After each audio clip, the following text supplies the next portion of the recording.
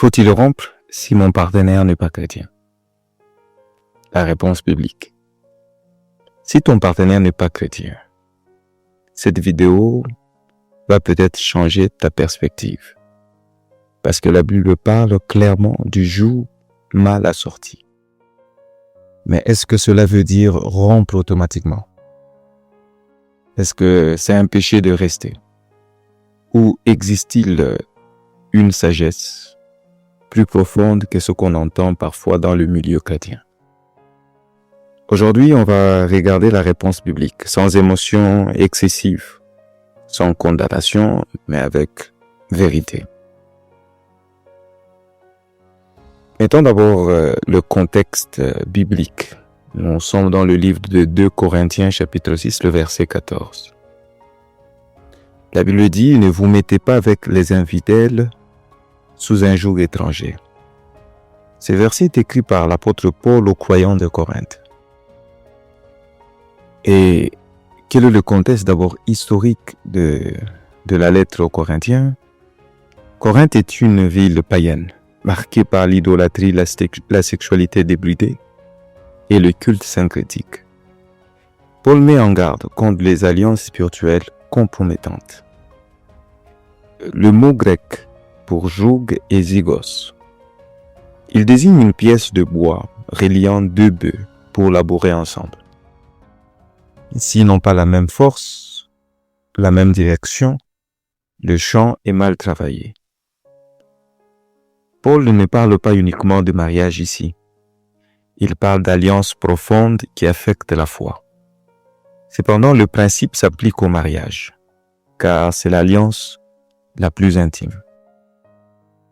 Mais attention, Paul écrit aussi autre chose ailleurs. Dans 1 Corinthiens 7, 12 à 13. Il dit, si un croyant est déjà marié à un non-croyant, il ne doit pas divorcer si l'autre accepte de vivre avec lui. Donc la Bible ne donne pas une réponse simpliste à la question. Alors voyons 3 scénarios possibles par rapport à la question que nous sommes en train de traiter. Le premier scénario, vous êtes déjà marié. La Bible est claire, si le conjoint non chrétien accepte la relation, on ne rompt pas. Donc le chrétien ne doit pas vouloir rompre si l'autre n'est pas d'accord. Donc ici, la Bible est claire sur le premier scénario pour les personnes qui sont déjà mariées. 1 Corinthiens chapitre 7, le verset 14 parle même d'une influence sanctifiante du croyant dans les foyers. Donc ici, Paul dit que si vous êtes marié, vous n'êtes pas obligé de divorcer. Tant que l'autre est d'accord de vivre avec vous malgré votre foi. Et Paul relève que c'est possible même par votre obéissance au Seigneur de pouvoir sanctifier votre couple. Donc dans ces cas, la réponse biblique n'est pas « quitte-le ». La réponse est « sois lumière ». C'est que vous devez être une influence positive dans votre foyer, dans votre couple, dans votre mariage. Le deuxième scénario. Vous êtes fiancé ou une relation sérieuse ou en relation sérieuse. Ici, la question devient plus délicate. Le mariage biblique est une alliance spirituelle, pas seulement romantique. Et ici, la plupart des gens doivent s'imprégner de cette réalité, et surtout notre génération, puisqu'on a tendance à reléguer le mariage, le fiançailles, à une simple question de romance, de romantique. Mais il y a plus que de la romance ou du romantique dans le mariage ou dans une relation de fiançailles. C'est une relation qui implique 2 âmes, donc le niveau de spiritualité de 2 personnes.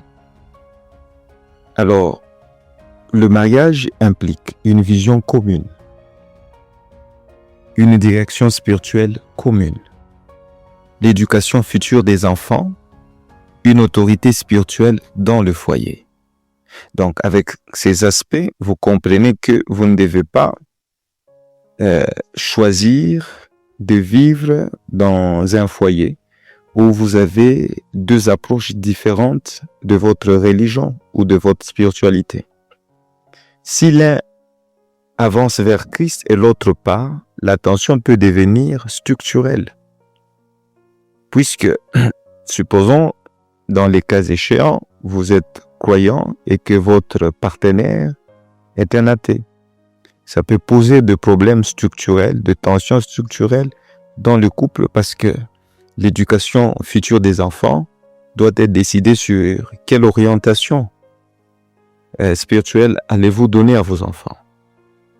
Donc ici, nous devons nous poser une question honnête. Votre relation vous rapproche-t-elle de Dieu ou elle vous éloigne de Dieu? Scénario 3. Vous débutez une relation. Voilà, vous êtes au début de votre relation. Ici, le principe du joug mal assorti devient préventif. Donc, si vous êtes au début de votre relation, avant l'attachement émotionnel profond, il est plus simple de poser des fondations saines. Avant que les choses ne soient sérieuses et que vous soyez totalement impliqué là-dedans, prenez le temps de poser de bons fondements. Les dangers n'est pas que la personne soit mauvaise.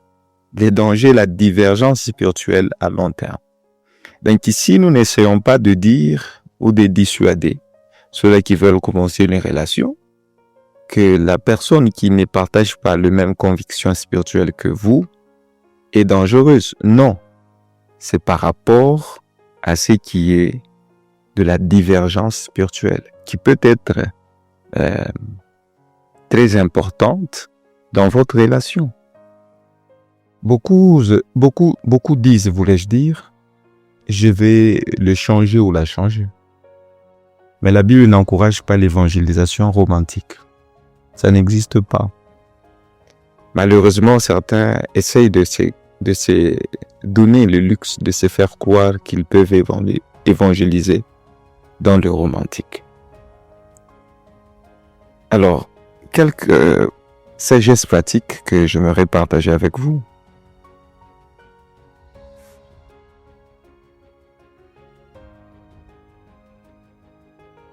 Voici 4 questions à se poser honnêtement. Mon partenaire respecte-t-il ma foi? 2. Me pousse-t-il vers Dieu ou vers le compromis? 3. Pourrons-nous prier ensemble? J'aimerais que vous puissiez répondre à ces 3 questions, plutôt à ces 4 questions. La 4e, la voici. Si nous avons des enfants, quelle sera la direction spirituelle? Posez-vous ces questions naturellement et essayez d'y répondre avec honnêteté et simplicité. Rompre n'est pas toujours obligatoire, devons être honnêtes. Mais ignorer la divergence spirituelle peut coûter cher émotionnellement et spirituellement. L'amour est puissant, mais la direction est plus puissante que les sentiments. La volonté de Dieu ne se discerne pas seulement avec le cœur, mais avec la sagesse. Parfois rester demande du courage. Parfois partir demande encore plus de courage. Alors, merci de nous avoir suivis. Nous sommes arrivés à la fin de notre partage. Une chose pour terminer. La Bible ne dit pas, si ton partenaire n'est pas chrétien, romps immédiatement. Elle dit, ne t'attache pas dans une alliance qui te détourne de Dieu. La vraie question n'est pas, est-ce que je l'aime? Mais, est-ce que cette relation m'aide à accomplir ma destinée en Dieu? Je vais vous inviter à faire cette prière ensemble avec moi par commission. Seigneur, donne-moi la sagesse. Éclaire mon discernement. Guéris tous les attachements qui ne viennent pas de toi. fortifie le mariage mixte qu'ils veulent honorer et conduis chacun dans ta paix. Amen.